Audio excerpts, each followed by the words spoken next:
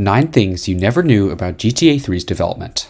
Before we start, I'd like you to hit that red subscribe button so you never miss out on any of our videos. Hey guys, what's up?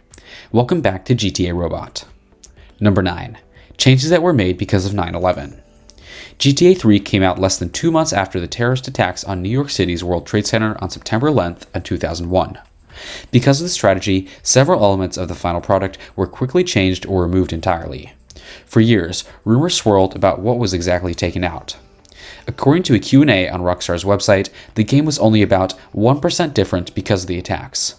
One mission was removed and the color of the police cars was changed. Smaller adjustments like lines of dialogue and radio chatter were also made. The original box art also underwent a change for the US release, though it remained unchanged in Europe.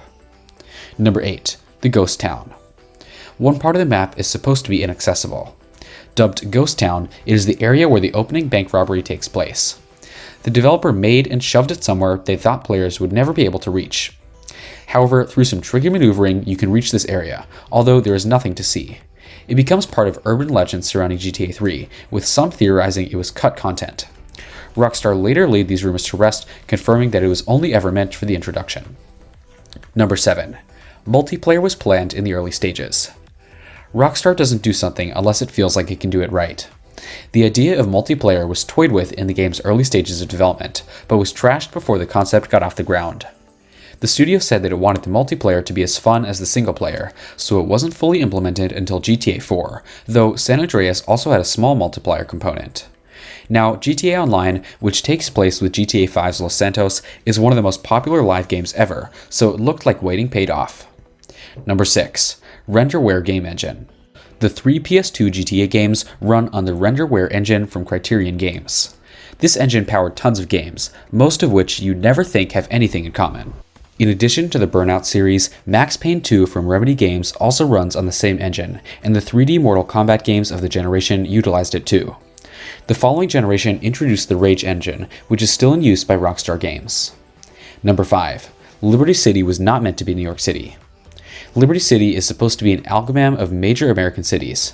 However, most people associate it with New York City, and the Liberty City from GTA 4 is definitely more identifiable as a copy of New York City. The continuity of the islands is meant to represent a certain progression. However, Portland is run down and Staunton Island is the rich and glitzy downtown. The final island, Shoreside Vale, is more suburban and features a dam.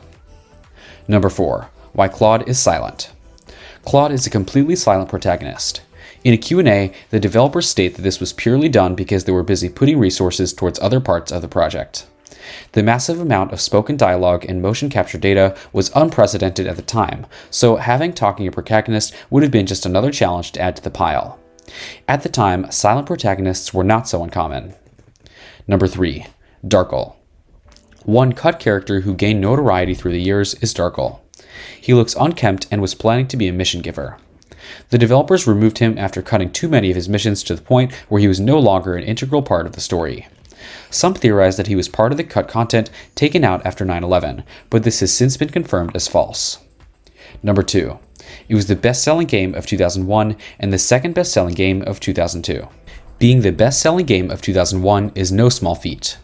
Don't forget, this is also the same year that timeless classics like Silent Hill 2, Metal Gear Solid 2, and Final Fantasy X came out. Even competing with these, which all came out exclusively on the PS2 as well, it managed to come out on top. The next year, Grand Theft Auto 3 also became the second best-selling game of the year.